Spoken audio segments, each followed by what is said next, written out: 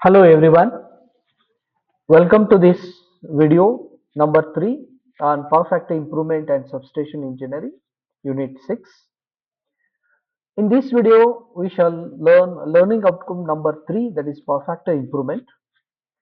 Now there are several methods which can be employed to improve the power factor. The first method is the capacitor bank. Now let us understand the concept here. Suppose uh, if we have an inductive load, say this is a load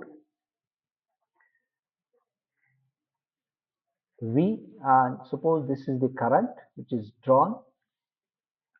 Now we know that in terms of phasor diagram I will show that suppose if I show the voltage phasor along this, and we know that because of the inductive load the current lags behind the, this is the current which lag behind the voltage by an angle phi. So we have a power factor here cos phi. Now how I can improve this power factor? How we can improve this power factor? That is, here phi is the phase angle. So what I have to do? I have to decrease this power factor angle. If I can decrease, then the power factor angle, the power factor will improve. So we can connect one capacitor here in parallel with this load. Now this will draw a current IC, and suppose this is the current IL here, and this is the current IL which is drawn by the load, and now this IC which will be leading with respect to voltage. So this is IC. Now I which is equal to IL plus IC, so you can actually add these two here, and here you can see this is your current I, and this is the power factor which is improved. So you can see here the power factor of a phase angle phi I, it is decreased, and hence the power factor will be increased.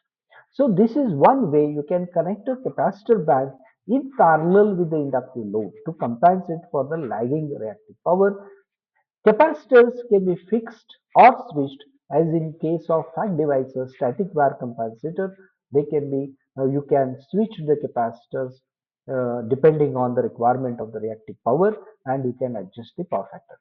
What are advantages is that low cost, low maintenance, and high efficiency of this method of power factor improvement.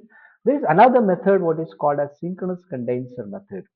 Now synchronous condenser, it is actually a synchronous motor which is operated in overexcitation condition. So under no load condition, if the synchronous motor is operated under overexcited condition, then it will generate a reactive power, and this reactive power will compensate for the lagging power factor, lagging reactive power drawn by the load, and hence the power factor will be improved. Now flexible control, it is possible with the synchronous condenser because we can adjust the field excitation, and hence you can control the power factor. But the problem disadvantage is that it is high initial cost, requires high investment and maintenance. Then the third method, it is called as phase advancer, so used for induction motors. Phase advancer, inject voltage into the rotor circuit of induction motor to improve its power factor, and it has a limited application suitable for small motors and may not be cost effective for large installations. Okay, so in the case if you get a question in the exam, in the university exam, like what are the power factor improvement methods, then these three you can explain. So in this video, up to this only, we will continue in the next video. Thank you very much.